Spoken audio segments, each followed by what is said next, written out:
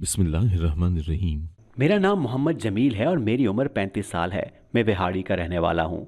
दुनिया की नज़र में एक बड़ा खुशकिस्मत इंसान हूँ क्योंकि मेरी अमीर तरीन मालकन मेरी बीवी है और वो मेरी पहली बीवी के साथ बहुत खुश रहती है। लोग समझते हैं कि ये मेरे लिए बहुत एजाज़ की बात है कि दोनों बीवियां लड़े बगैर साथ रहती हैं, मगर मेरी तकलीफ और मेरा गम कोई नहीं जानता। मैं एक बहुत गरीब घराने में पैदा होने वाला बच्चा था जिसने होश संभालते ही गुर्बत देखी थी। मेरी 3 बहनें थी और मैं अकलौता भाई था। मेरे अब्बा सब्जी फरोश थे और अम्मा लोगों के घरों में काम करती थी। हम सभी गवर्नमेंट स्कूल में जाते थे और मुझे पढ़ाई लिखाई का बहुत शौक था। मैं डॉक्टर बनना चाहता था। बचपन से डॉक्टर बनने का ख्वाब देखता आ रहा था। सोचा एक दिन बड़ा होकर एक काबिल डॉक्टर बनूंगा जो गरीब लोगों का मुफ्त में इलाज करेगा और कोई भी गरीब मेरे घर से खाली हाथ नहीं जाएगा। पर वो ख्वाब ही क्या जो पूरे हो जाएं। मेरा अब्बा कहता, बेटा ये दुनिया एक फरेब है, कभी किसी पर भरोसा मत करना। ये लोग पहले ताल्लुक बनाते हैं और फिर गरीबी का ताना देकर हमें रुस्वा करते हैं। इसीलिए कभी किसी अमीर लड़के से दोस्ती मत करना और ना ही कभी किसी पर भरोसा करना। हमारी इज्जत हमारे अपने हाथ में होती है। और मैं अपने अब्बा से कहता, अब्बा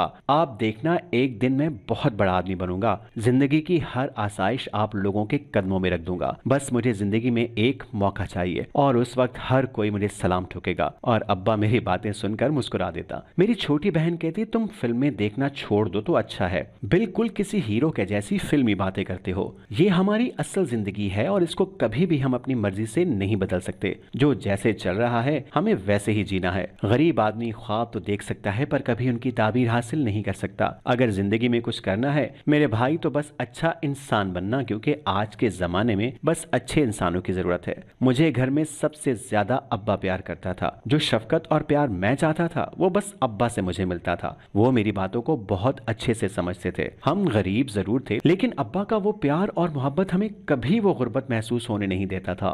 मुझे कभी उनसे कुछ कहना नहीं पड़ता था। अब्बा अक्सर सबसे छुपा कर मुझे पैसे देता और कहता था कि उनको संभाल कर रखना, तुम्हारी पढ़ाई के काम आएंगे। अब्बा इतना अच्छा था तो दूसरी तरफ अम्मा थी जो अब्बा से बिल्कुल उलट थी। वो हर वक्त पैसों के लिए चक चक करती रहती थी। मैंने कभी अम्मा को हंसते या खुश होते देखा ही नहीं था, बल्कि वो हर वक्त सर को दुपट्टा बांधे किसी न किसी को कोसने देती पाई जाती थी। मैं अक्सर सोचता था कि इतने नर्म मिजाज अब्बा को आखिर अम्मा जैसी सख्त औरत कैसे मिल गई। लेकिन अब्बा जी बात सुनकर हंस देता और कहता, पुत्र इसमें तेरी अम्मा का भी कसूर नहीं है, उसने बचपन से ही बड़ी गुर्बत देखी है और अब वो अपनी औलाद को भी वैसे ही गुर्बत में देखती है तो उससे बर्दाश्त नहीं होता। वो तुम लोगों को अच्छे हालात में देखना चाहती है, इसीलिए तू मेहनत कर और पढ़ लिख जा, तभी तुम लोगों को एक अच्छी और बेहतरीन जिंदगी मिलेगी। और अब्बा की यही बातें सुनकर मैं मजीद मेहनत करने लगता था। मैं बहुत होनहार तालिब इल्म था। स्कूल में भी मेरी जहानत के चर्चे थे। अक्सर मोहल्ले से मेरे स्कूल का कोई उस्ताद गुजरता तो वो अब्बा से मेरी तारीफ करते, जिस पर अब्बा का सर फख्र से बुलंद हो जाता। अब्बा कहता माँ बाप का सर फख्र से बुलंद हो जाता है जब लोग उसकी औलाद की तारीफ करते हैं, और मैं चाहता हूँ मेरा बेटा पढ़ लिख कर डॉक्टर बने। और मैं अब्बा के गले से लग जाता क्योंकि अब्बा ने कभी मुझे ख्वाब देखने से नहीं रोका था। अब्बा कहता, बुज़दिल होते हैं वो लोग जो ख्वाब देखने से डरते हैं, बड़े ख्वाब वही देखता है जिसमें हालात का सामना करने की हिम्मत होती है। और अब्बा ने मुझसे कहा कि बेटे तुम ख्वाब जरूर देखो, जब तक तेरे अब्बा की हड्डियों में दम है वो पूरे करेगा। मैंने FSC के इम्तिहानों में आला नंबरों से पोजीशन हासिल की थी। उस दिन मैं बहुत खुश था। भागा भागा घर पर आया, देखा मोहल्ले के कुछ लोग हमारे घर से निकल रहे थे। घर में एक शोर बरपा था। जब मैंने घर में कदम रखा तो मुझ पर आसमान टूट पड़ा था। अब्बा का वजूद खून में लथपथ पड़ा था। उनको किसी गाड़ी वाले ने टक्कर मार दी थी और मौके पर अब्बा की जान चली गई थी। मैं कितना खुश था। अब्बा मेरा इंतजार कर रहा था। कहता, अपना रिजल्ट पता करके आओ, फिर मैं अपने बेटे का कॉलेज में एडमिशन कराऊंगा। और जब मैं वापस घर आया तो मेरी तो दुनिया ही उजड़ चुकी थी। मेरा बाप, मेरा दोस्त जो अब इस दुनिया में नहीं रहा था। अम्मा मेरे गले लग के रो रही थी, कहती मेरा सुहाग उजड़ गया। न जाने वो कौन हैवान था जिसने एक बार भी मुड़कर नहीं देखा और गाड़ी से तुम्हारे बाप को कुचल दिया। और मेरी बहनें वो अलग मातम कर रही थीं और मैं खुद ऐसी कैफियत में था कि मुझे लगता था ये सब नहीं होना चाहिए था। मुझे ऐसा लग रहा था जैसे मेरा दिमाग काम करना छोड़ चुका है। मुझे अपना दिमाग सुन्न होता महसूस हो रहा था। कुछ पल लगे जब अब्बा का जनाजा भी हो गया। मैं उनकी कब्र पर बैठा रो रहा था। मैं जी भर कर रोना चाहता था। मेरा दोस्त, मेरा बाप मुझसे जुदा हो गया था। आखिरी बार जब मैंने अब्बा को देखा तो वो मुस्कुरा रहे थे। मुझसे कहते थे, अगर कभी मुझे कुछ हो जाए तो मुझसे भी ज्यादा अपनी माँ और बहनों का ख्याल रखना। कभी जमाने की गर्म हवा अपनी बहनों पर मत पड़ने देना, उनकी इज्जतों की हिफाजत करना और उन्हें मेरी कमी कभी महसूस मत होने देना। मैंने अब्बा से वादा किया था, इसीलिए इस वादे को निभाना तो था, पर मैं खुद को बहुत कमजोर महसूस कर रहा था।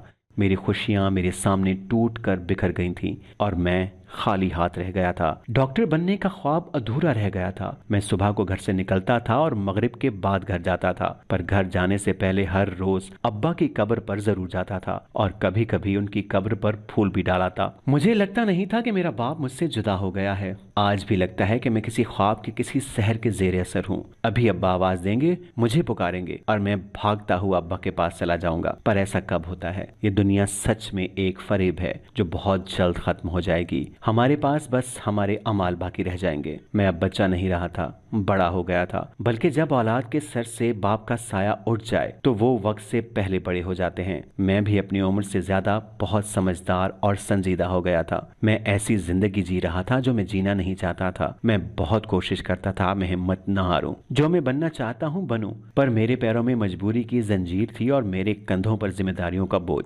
जिसको मुझे लेकर चलना था। मैंने घर में अपने पढ़ने की बात की तो अम्मा ने ऊंची ऊंची आवाज में रोना शुरू कर दिया और अब्बा को पुकारने लगी कि देख, तेरा बेटा अब भी अपने बारे में सोच रहा है। उसे इतना नहीं पता कि माँ बहनों का क्या बनेगा, बस अपनी पढ़ाई की पड़ी है। अम्मा का ये वावेला देखकर मुझे अपने आप पर अफसोस होने लगा था और मैं सोचने लगा था कि अब क्या करूं। फिर मेरी नजर अब्बा के ठेले पर पड़ी थी और मैंने सोच लिया कि मैं वही सब्जी का ठेला लगाऊंगा और अगली सुबह मैं सब्जी लेकर निकल पड़ा जैसे अब्बा जाता था। सुबह सुबह ताजी सब्जी को पानी लगाया और साथ अपने लिए रोटी कागज में बांधकर चल पड़ा। अगला सारा दिन मैं गलियों में घूमकर सब्जी बेचता रहा। अब सुपर स्टोर और दुकानें खुल चुकी थीं, इसीलिए लोग ठेले वालों से सब्जी कम ही लेते थे। अब मुझे एहसास हो रहा था कि अब्बा कितनी मेहनत करते थे और हमारे लिए कमा कर लाते थे। सारा दिन के बाद जब मुझे दोपहर को भूख लगी तो मैंने वो रोटी खाने के लिए निकाली जो अब कर चुकी थी। मुझे बेख्तियार रोना आया था कि अब्बा रोज यही सब खाता था और ऐसे ही उसका दिन गुजरता था और फिर भी वो बिना शिकायत करके मुझ पर इतना पैसा लगा रहा था। मैं शाम घर आकर बैठा और जो 200-300 कमाए थे वो अम्मा के हाथ पे रखे। तभी मेरी बड़ी आपा घर में रोते हुए दाखिल हुई थी। उनका हुलिया देखकर मेरे दिल पर हाथ पड़ा था। कहने लगी, मेरा शौहर मुझे मारता है और मुझसे अपनी बहन के आंसू नहीं देखे जा रहे थे। मैंने कहा, आपा हौसला रखो, मैं बहनोई से बात करता हूँ। उनकी जुर्रत कैसी हुई कि आप पर हाथ उठाए? तो आपा ने कहा कि अब इसकी नौबत नहीं आएगी क्योंकि वो मुझे तलाक दे चुका है और बच्चों के साथ घर से निकाल दिया है। उसकी ये बात सुनकर अम्मा ने अपने दिल पर हाथ रखा। वो बेहोश हो चुकी थी। उसकी ऐसी हालत देखकर मैं जो अब तक सकते में था, मुझे एकदम होश आया। मैं किसी भी तरह करके उनको अस्पताल लेकर गया था। डॉक्टर ने कहा कि उनको हार्ट अटैक आया है। मेरे हाथ कांप रहे थे।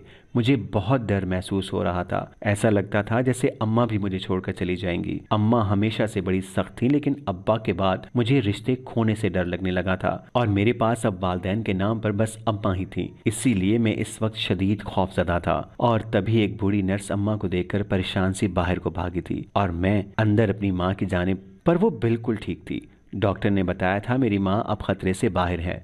माँ बाप जैसे भी हों, अपनी औलाद के लिए वो साया होते हैं जो कभी अपने बच्चों पर दुखों गमों का साया नहीं पड़ने देते। एक के बाद एक परेशानी ने हमारे घर का रास्ता देख लिया। मैंने अपने एक रिश्तेदार से अम्मा के इलाज के लिए लोन लिया था जो अब बिल्कुल खत्म हो चुका था और वो रिश्तेदार भी अब पैसों का तकाजा कर रहा था क्योंकि उसकी बेटी की शादी थी। अम्मा के घर आने के अगले ही दिन मैं दोबारा से ठेला लेकर निकला और सब्जी बेचनी शुरू कर दी। लेकिन अब हालात पहले से बदल गए थे। पहले जहां सिर्फ 2 बहनें और अम्मा के खाने पीने का खर्चा था, वहां अब तीसरी बहन और उसके बच्चे भी आ गए थे। अम्मा की दवाई भी शुरू हो चुकी थी और कमाने वाला मैं बचा था। लेकिन मैंने किसी को भी ये जाहिर नहीं किया था कि मैं अपने ऊपर पड़ने वाली जिम्मेदारियों से डर गया हूँ। मैंने अब्बा से वादा किया था तो उसे निभाना भी था, लेकिन कुछ समझ नहीं आ रहा था कि क्या करूँ। लेकिन अब तो ये तय था कि इतने बड़े खानदान की जिम्मेदारी मैं इस ठेले से पूरी नहीं कर सकता था और इसी वजह से मैंने शहर बदलने का फैसला कर लिया। मैंने घर में ये बात की तो अम्मा ने साफ मना कर दिया कि तेरी बहनें भी घर पर हैं और उनकी हिफाजत अब तेरे जिम्मे है। तू बता,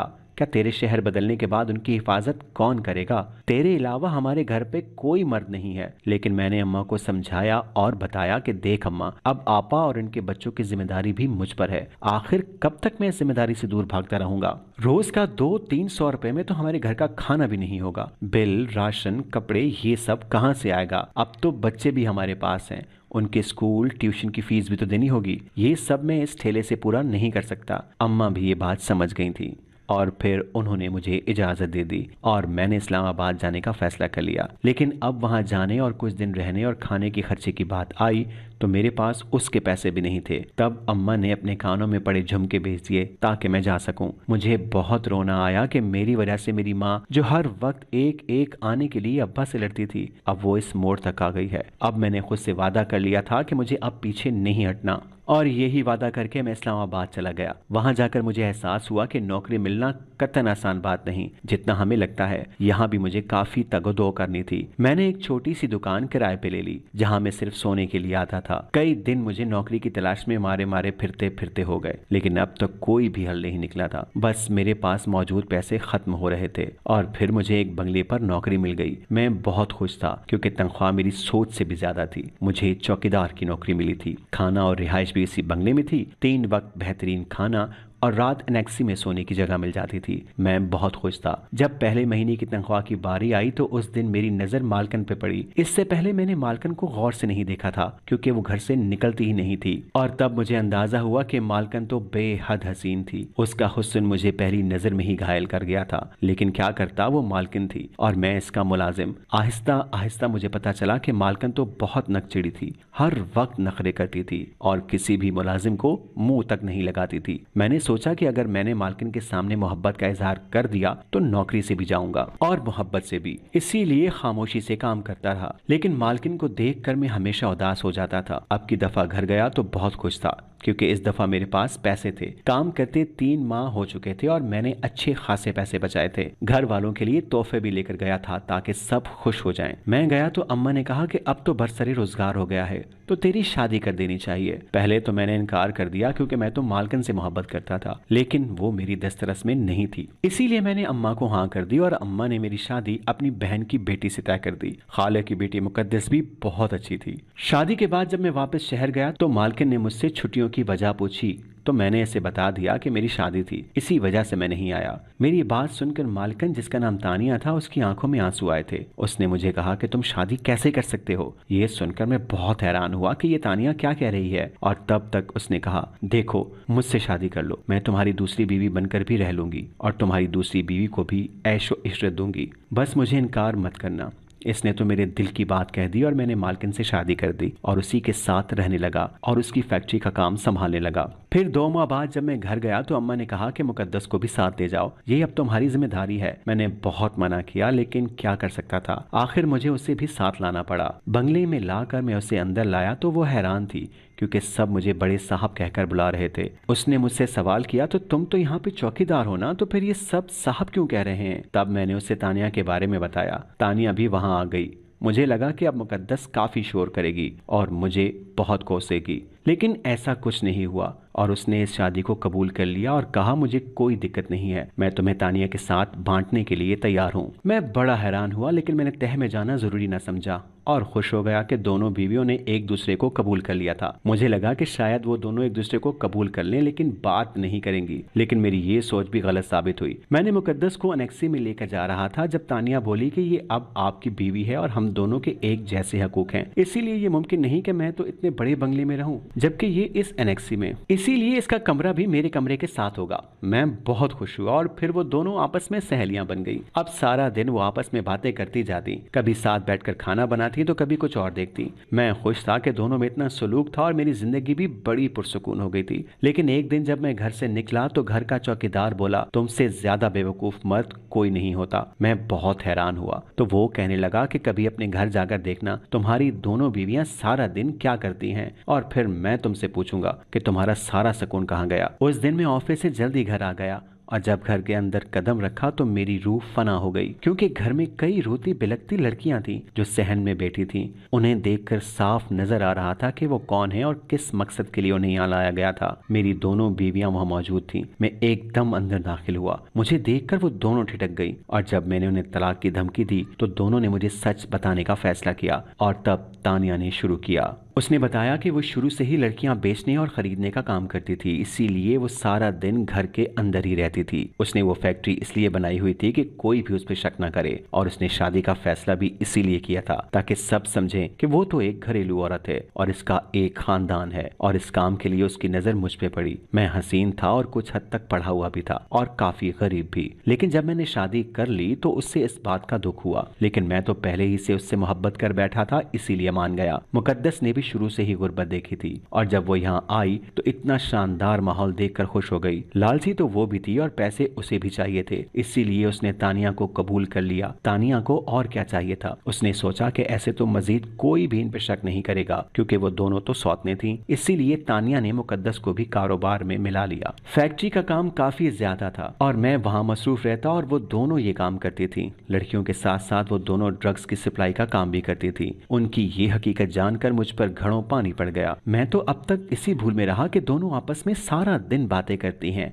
और मैं फैक्ट्री पर मेहनत कर रहा हूँ, इसीलिए काम ज्यादा होता है। लेकिन मैं ये नहीं जानता था कि अंदर की हकीकत ये होगी। इन दोनों सालों में मेरी दोनों बीवियां माँ बन चुकी थी। मेरा तो सोच सोच कर दिमाग माउफ हो चुका था और फिर मैंने दोनों बीवियों को तलाक दे दी और उनके खिलाफ रिपोर्ट करवा दी। उन दोनों पर ही केस हो गया था और इस जुर्म में उन्हें उम्र कैद हो गई थी। मैंने अपने बच्चे अपने पास रख लिए और कारोबार संभाल लिया, और जो लड़कियां उस वक्त मेरी बीवियों के पास थीं उन्हें उनके घर भिजवा दिया। उनमें से एक लड़की नूर को उसके घर वालों ने कबूल करने से इनकार कर दिया और वो बहुत मजबूर थी, इसी वजह से मैंने उससे निकाह कर लिया। नूर ने मेरे दोनों बच्चों को मोहब्बत से पाला और मैंने भी उन्हें हलाल खिलाने की कोशिश की। मुझे ये फैसला करने में बहुत मुश्किल हुई थी। मैं उन दोनों को माफ कर देता, लेकिन वो दोनों कई औरतों की जिंदगियां तबाह करने का सबब बनी थी। इसी वजह से उन्हें माफ करना हमाकत थी और कई दफा जमीर हमारा इम्तिहान लेता है जब हमें सही और गलत में फैसला करना होता है, और तब हमें सही का रास्ता चुनना चाहिए ताकि हम अपनी नजरों में सुरखरू हो सकें। अगर आपको आज की कहानी पसंद आई है तो वीडियो को जरूर लाइक कीजिएगा और अपने दोस्तों के साथ भी शेयर कीजिएगा। और हाँ, अगर आपने अभी तक हमारा चैनल सब्सक्राइब नहीं किया तो जरूर सब्सक्राइब करें। मिलते हैं कल एक नई और दिलचस्प कहानी के साथ। अल्लाह हाफिज।